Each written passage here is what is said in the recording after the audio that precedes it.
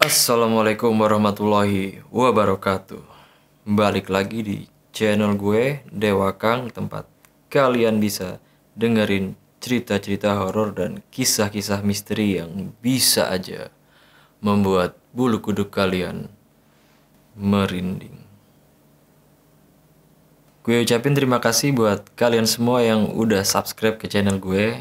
Buat kalian yang belum subscribe, ayo dong kita subscribe sama-sama. Gue seneng banget udah banyak yang mulai subscribe. Itu tandanya kalian suka dengan konten gue.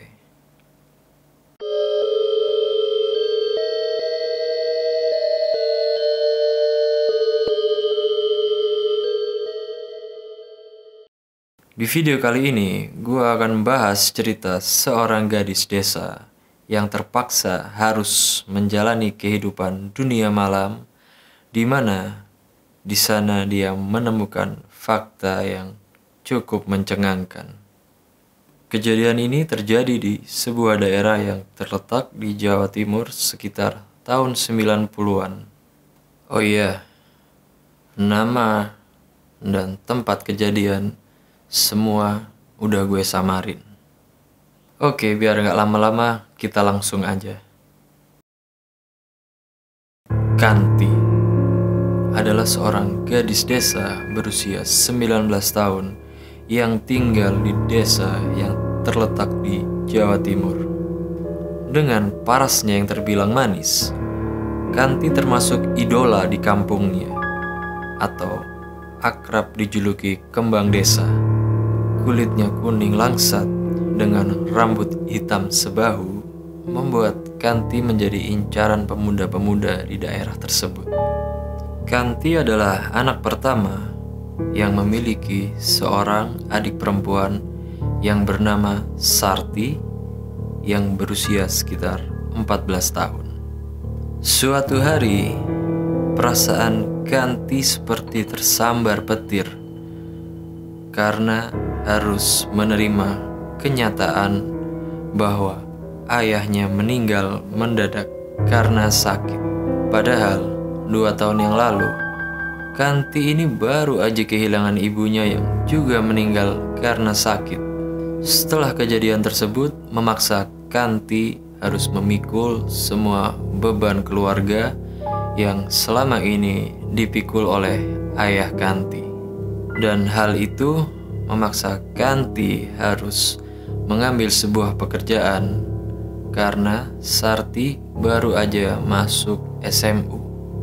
Beberapa hari kemudian, Kanti diterima bekerja di sebuah pabrik yang memproduksi beras. Masih satu desa juga dengan tempat tinggal Kanti. Di situ, Kanti bekerja sebagai seseorang yang mencatat keuangan dari pabrik tersebut dengan upah yang bisa dibilang di bawah rata-rata. Mengingat pengalaman kerja Kanti yang masih minim, Kanti seringkali membuat kesalahan-kesalahan dalam pencatatan keuangan di pabrik tersebut karena pemilik pabrik yang masih merasa iba dengan Kanti. Ya, pemilik pabrik ini tahu kondisi yang sedang dialami oleh Kanti. Dia masih memaklumi. Selang 2 bulan, kesalahan demi kesalahan terus dilakukan oleh Kanti, yang akhirnya dengan sangat terpaksa membuat pemilik pabrik mengganti posisi Kanti dengan orang yang lebih berpengalaman. Kanti pun menjadi tidak punya pekerjaan sekarang. Hari demi hari dilalui Kanti dengan kondisi yang serba berhemat, mengingat tabungan dari Kanti yang semakin menipis. Dan lama-kelamaan Kanti mulai kewalahan memenuhi kebutuhan keluarganya yang terus-menerus membengkak. Suatu hari, datanglah ke rumah Kanti seorang wanita berusia 30 tahun yang bernama Mbak Minah. Mbak Minah ini masih satu desa dengan Kanti, sehingga tahu persis apa yang dialami oleh Kanti. Mbak Minah ini adalah seorang perantau yang kerja di luar kota dan sesekali pulang ke desanya untuk mengunjungi keluarganya. Singkat cerita, Mbak Minah menemui Kanti untuk menawarkan sebuah pekerjaan dengan gaji yang menggiurkan. Kalian bisa tebak pekerjaan apa yang ditawarin? Ya, benar sekali. Menjadi seorang wanita penghibur atau kupu-kupu malam. Kanthi, aku ono kerjaan gawe kowe. Tapi kowe kudu melok aku ning luar kota, manggon dek kono. Kerjaan opo kuwi, Mbak? Wis to, pokoke okeh bayarane. Kerjane ya nyantai. Mau ngancani wong-wong sing sumpek. Aku sik ra paham, Mbak, maksude. Awakmu ayu, eman nek gak mau manfaatno nggo golek duit. Wis to, melok aku wae. Engko lak penak uripmu. Akhirnya Mbak Minah ngejelasin secara detail jenis pekerjaan apa yang dimaksud. Di situ Kanti mulai bimbang. Mbak Minah ini ternyata bekerja sebagai seseorang yang mencari wanita-wanita yang akan dipekerjakan di tempat hiburan. Malam itu, Kanti berpikir keras. Apakah harus menerima tawaran itu atau tidak? Kanti ini pada dasarnya adalah seorang wanita yang berprinsip, sehingga sulit bagi dia untuk menerima pekerjaan yang ditawarkan oleh Mbak Minah. Apalagi harus meninggalkan Sarti sendirian di desa untuk bekerja di luar kota. Namun karena kondisi desakan dan kebutuhan serta biaya sekolah Sarti yang baru aja masuk SMU membuat Kanti dengan sangat berat hati mengiyakan pekerjaan itu. Karena iming-iming gajinya adalah berpuluh-puluh kali lipat yang pernah Kanti dapatkan sewaktu bekerja di pabrik beras. Dan Kanti melakukan ini semua semata-mata demi keluarga agar dapat hidup lebih layak lagi. Keesokan harinya, Kanti pergi menemui Mbak Minah untuk menyampaikan bahwa ia setuju menerima tawaran dari Mbak Minah. Singkat cerita, pergilah mereka berdua ke kota tujuan yang berjarak sekitar 2 jam perjalanan dari desa Kanti. Sesampainya di lokasi, Kanti diberikan kamar dan ruangan khusus untuk beristirahat dan juga untuk melayani para tamu. Dari sini keanehan demi keanehan mulai muncul. Di hari pertama di malam itu, Kanti beristirahat di kamarnya, namun dia sering kali mencium aroma-aroma yang berbeda-beda. Seperti banyak sekali orang yang lewat dan baunya tidak selalu harum. Karena niat Kanti di situ adalah untuk bekerja, dia tidak memperdulikan hal itu. Lalu dia segera beristirahat. Karena besok adalah di mana Kanti mulai bekerja. Keesokan harinya, jam 7 malam, Kanti mulai merias diri dan mempersiapkan mental. Karena bagi Kanti, ini adalah yang pertama. Sangat berat baginya harus melakukan pekerjaan seperti ini. Namun Kanti tiba-tiba teringat bahwa kondisi di desa yang membutuhkan banyak biaya membuat Kanti harus menguatkan diri dan menguatkan mental. Lalu Mbak Minah datang menemui Kanti. Kanti, kowe ojo gupuh. Wis tolo, engko lak suwi-suwi biasa. Aku wedi, Mbak. Aku kudu ya opo? Aku gak iso koyo nglakoni ngene. Wis tak mulai wae yo, Mbak. Perasaanku ra penak. Mbak Minah marah akhirnya. Kowe iku ngomong opo to, Nduk? Wis cepak kabeh, malah njaluk mulih. Setelah dibentak oleh Mbak Minah, Kanti ini langsung mengurung diri di kamarnya. Di situ dia nangis sambil teringat ayahnya dan merasa bersalah karena harus ngelakuin kayak gini. Mbak Minah yang tahu itu langsung ngetuk pintu Kanti berkali-kali, namun tidak dihiraukan oleh Kanti. Kanti terus aja nangis sampai dia tertidur. Dan di situ Kanti bermimpi Dalam mimpinya, anjir merinding gue, Kanti bermimpi sedang berjalan di tengah hutan yang gelap. Namun tiba-tiba muncul sosok bayangan putih yang bergelantungan di atas pohon sembari mengayun-ayunkan kakinya dan menatap mata Kanti. Bayangan itu terlihat sangat samar-samar, namun itu cukup untuk membuat Kanti terbangun dari tidurnya. Dan waktu itu jam menunjukkan pukul 2 pagi. Kanti pun mulai merasa lapar dan saat akan keluar, tiba-tiba seseorang mengetuk pintu. "Sopo?" Tidak ada jawaban dan suara ketukan itu terdengar lagi. Kanti pun membuka pintu dan ternyata yang mengetuk pintu itu adalah seorang wanita yang berpakaian mini seperti wanita-wanita yang ada di tempat itu. "Sampean sopo, Mbak? Aku Dahlia. Aku yo kerja ning kene. Kowe sing arek anyar iku yo." "Iya, Mbak. Aku oleh mlebu ta?" "Iya, Mbak, monggo." Dahlia ini memiliki paras dan wajah yang mirip banget dengan Kanti, yang kalau dilihat sekilas seperti kakak beradik. Karena mata Kanti yang terlihat sembab, Dahlia pun bertanya, "Kowe opo kok sedih?" "Rapopo, Mbak, ra ono apa-apa kok." "Wis rasa mbujuk, ketok nek kowe mari nangis. Kene ono apa? Cerita mbek aku." Bagi Kanti, sikap Dahlia itu terlihat sangat bersahabat, yang membuat Kanti seketika menjadi nyaman dengan Dahlia.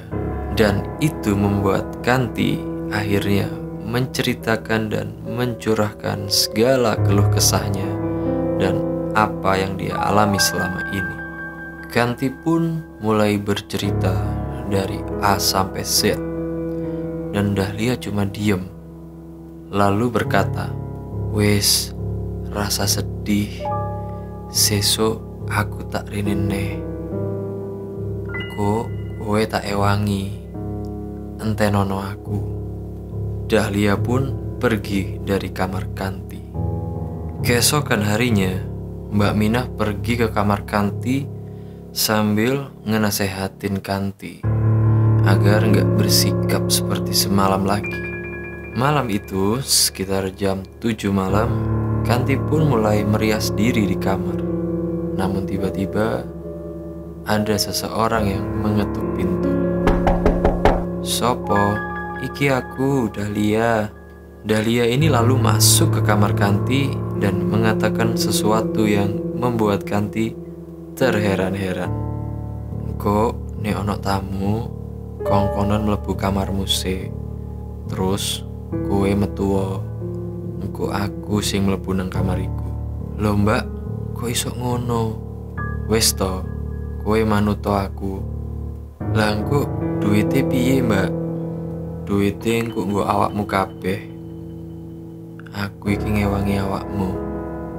Tapi kowe ojo sampe ngomong sapa-sapa yo."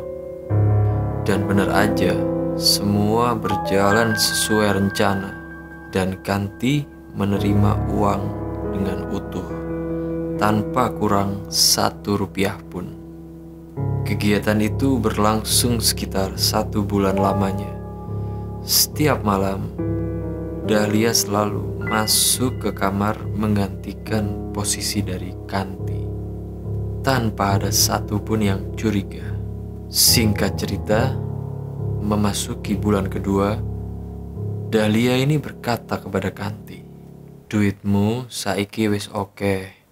Kowe mulya ning desa, ojo rene neh. Apa sik kurang?" "Iya, Mbak, engko tak pikire yo." Dahlia pun hanya tersenyum mendengar kata-kata Kanti. Dan malam itu adalah malam terakhir Kanti melihat Dahlia. Keesokan harinya, Kanti jatuh sakit dan demam sampai 3 hari lamanya. Namun Kanti tak melihat sosok Dahlia.